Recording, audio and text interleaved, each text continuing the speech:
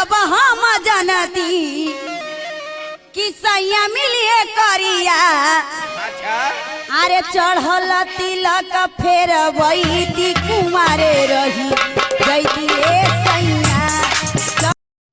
अरे पंडित जी के धोतिया में तनिको न जान सुन सुना जा जमान पंडित जी के धोतिया में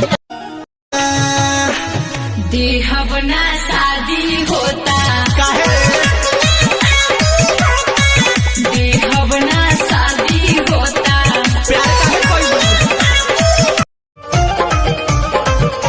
पढ़े न जाई पढ़ाई कोचिंग क्लास करे के काहे रे काहे न जइबे का भइल बा पढ़े न जाई पढ़ाई तनी हमारो की ओर तू दहकाना पिया चुआ तपस न बेना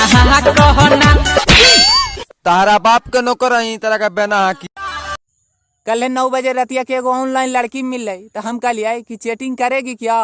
तो वो बोल रहे कि बड़ी रात हो गलो भाई बा चुपचाप सूत रहा हमू लड़के ही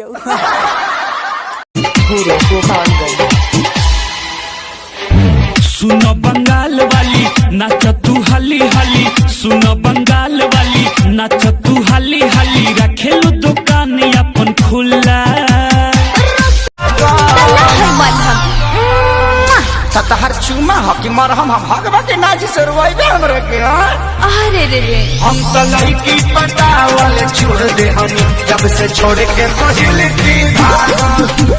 लागता में लाज ना मोटनिया बुतावे दा छोट बाबे छेदा पहले अंगूरी घुसावे दा